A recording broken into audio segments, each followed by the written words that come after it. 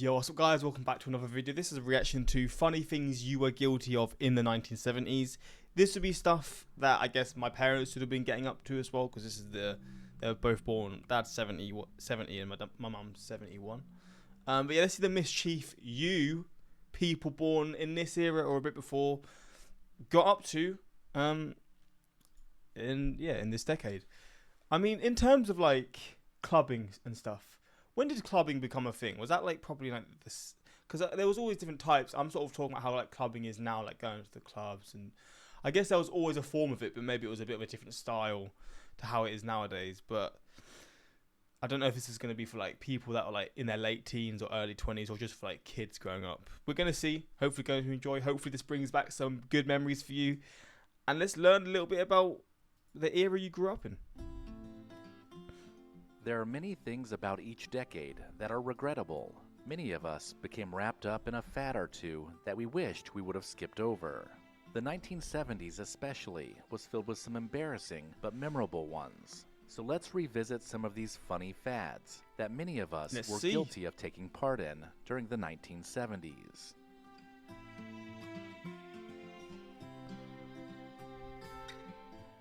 In America, anyone can be successful, and if you want proof... See, I think I've seen this before, but I've seen like people will buy for like Christmas presents. It's quite funny, just a package, and in the package it's just air, so there's nothing in it.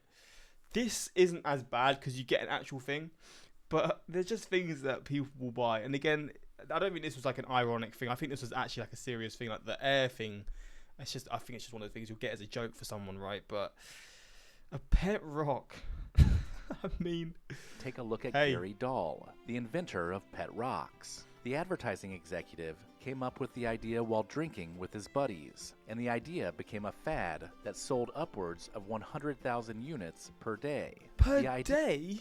Oh, they became like millionaires then. It was simple. A rock, a cardboard box designed to look like a pet carrying case, and a pamphlet of tongue-in-cheek instructions. The pet rock appealed to those with a sense of humor for sure, but for only about 6 months. After Christmas 1975, sales fell and the rocks were discontinued. But I mean, at that point, I feel like they secured the bag. By then, Gary Dahl had sold over 1 million pet rocks for $4 each, making himself a millionaire.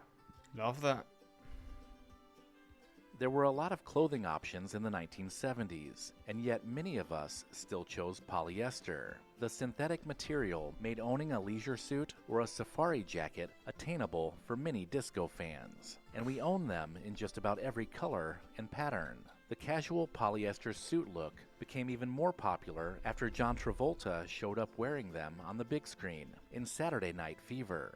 But if you have ever worn polyester from the 1970s, you know it was a heavy and hot material that was known for being somewhat slick and shiny looking. But despite this, it was still the go-to choice for anyone who wanted to be cool in the 1970s. Fair enough. Honor your past by securing your future. Bro, securing the bag again, come on. Road believes it's important to invest in gold and silver, especially now. Visit rrforgold.com to find out why Goldco is a top-rated precious metals company that offers a free wealth protection kit explaining how you can safeguard your savings and protect your retirement. Visit rrforgold.com to learn more about the benefits of including gold in... If he's got a gold advertisement, I hope he's getting paid good. Your investment portfolio. Fantasy programming on television was a staple of the 1970s, and nobody did it more unusually than brothers Sid and Marty Krofft. Big puppet heads, vivid colors, and low-budget special effects were the calling card of shows like H.R. Pufnstuf, Land of the Lost, and Sigmund and the Sea Monsters. Some suggested the shows were the product of heavy drug use, but the creators have insisted the fantastical and sometimes creepy puppets were just part of their imagination. As a kid during the 1970s, especially since most homes only had one TV, there is no doubt you found yourself watching the strange worlds created by Sid and Marty Krofft. It looks very creepy. Very eerie, that's the one. Mood rings were apparently filled with thermal. I still saw these when I was older. I mean, I feel like my mum had a few of them. Maybe not like this style, but sort of a similar thing that would just change colour. Thermotropic liquid crystals, and their molecular structure would change based on temperature. But I'll be honest, I think these are quite cool. Even like though, like they're not gonna actually be down to your mood. I think that's pretty obvious. I don't think they're like there's anything wrong with these because they are quite fascinating. They change colour. They're quite cool. I mean, there's nothing wrong with this. So supposedly, you could tell when someone was feeling nervous, excited, or even romantic. That's the one that I've seen. This had all the teenagers scrambling That's the to one get my them, mum had. especially the girls. Most of the time, they were a neutral green color, but as temperatures changed, they could range from violet, blue, green, yellow, or brown. Even if the rings didn't reflect your true mood, they were still fun accessories to wear in the 1970s. Damn straight. Sometime in the late 1960s, it was decided that kitchen appliances in America should be either avocado or harvest gold in color. And during the 1970s, this really took hold. The 70s became known for more earthy tones, and there was no better example of this than in the kitchen. Stoves and refrigerators, made by all Green. I mean, it definitely stands out. It's just a weird colour for this one to be the one that just took off. the manufacturers transitioned away from the colorful pastels of the 1950s, and people started updating their kitchens with more natural colors, which included avocado and harvest gold. Were you guilty of outfitting a kitchen in these colors?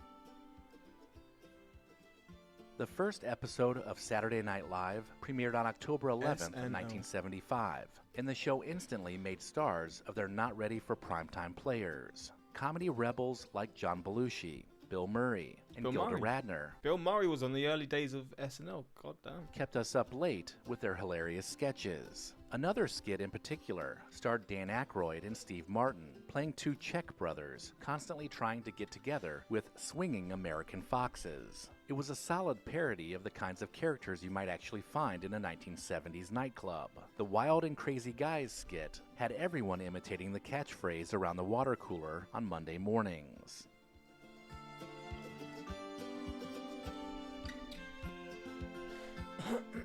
During the 1970s, if your shirt wasn't unbuttoned all the way down to your navel, you were doing it wrong.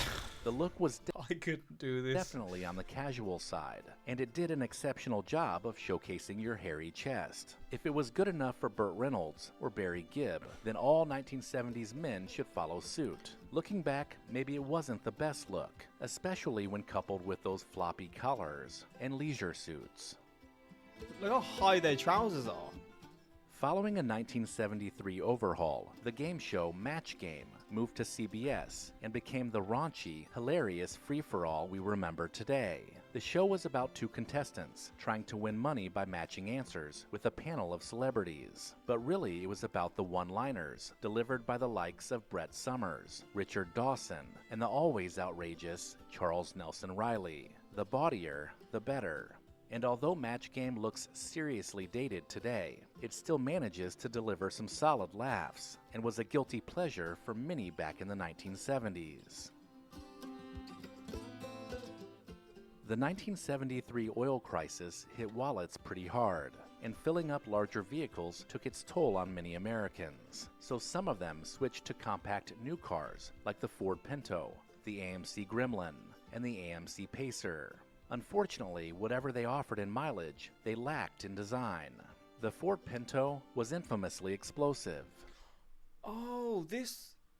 See, this has got a different name now. This is like a car that people get. It's obviously a different style now. This is like the sort of first, like the car that someone who's just learnt to drive will get this like, as their first car. What's it called though? It's just a Ford. I'm thinking of like Ford Fiesta, but I don't know if I'm getting that confused with something else. The Gremlin handled terribly, and the fishbowl-like Pacer is widely considered one of the ugliest cars ever made.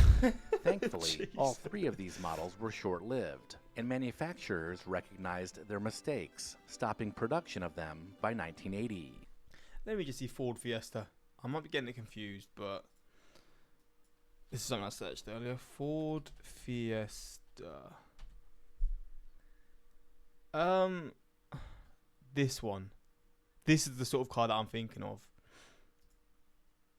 Okay, so it's not this one. This is a sort of style of car though. So it's not this specific one. Like this one. This is the one I'm thinking of. This is like sort of like someone's first car.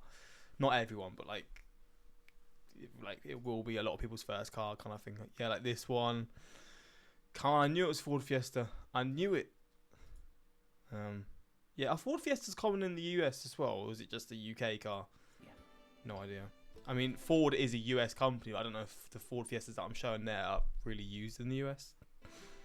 In the late 1970s, an unlikely superstar began touring the country, with exhibitions attracting a sold-out audience. The treasures of King Tut, the Egyptian boy king, whose lavish tomb was discovered in 1922, went on a Treasures of Tutankhamun.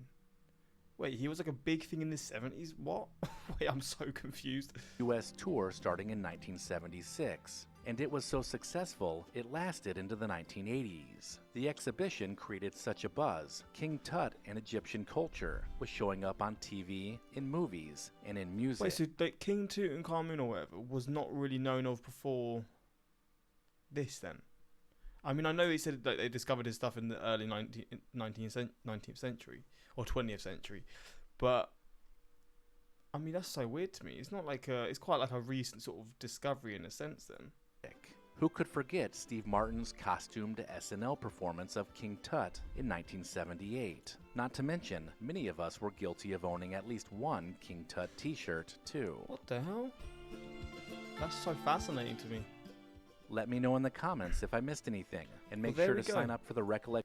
There we go. I enjoyed that. I do enjoy these throwback videos because it's again stuff I don't recognize in terms of I didn't grow up in this era, but I love seeing just how different things were. I was a child in the 70s, even though some of these things may seem cringeworthy now. I would go back in a heartbeat if I could. I was not embarrassed by the 70s. Some of this wasn't even embarrassing at all. I mean, if I'm looking back, the Pet Rock one, you get this stuff all the time. It is a bit weird. But nothing wrong with it. It's just funny. The Globes one, I was not really bothered with that. Gold wasn't from there. This show was a bit creepy, but I mean, you get these shows. Mood Rings, yeah, it's a bit goofy, but this one was a bit weird. The Earthy Green, not too sure about that one. SNL.